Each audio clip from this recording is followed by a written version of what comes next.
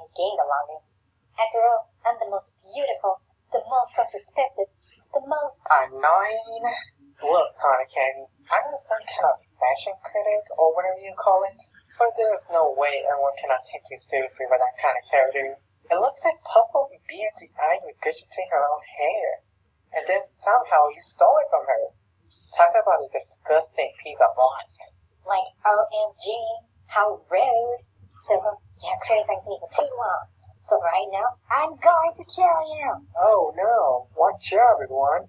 Opinion makes Cotton Candy go on a rampage, and she is ready to kill your family. Quick everyone, hide your children. Yeah, you better be scared. You better not mess with a queen of fashion, Cotton Candy. And as you...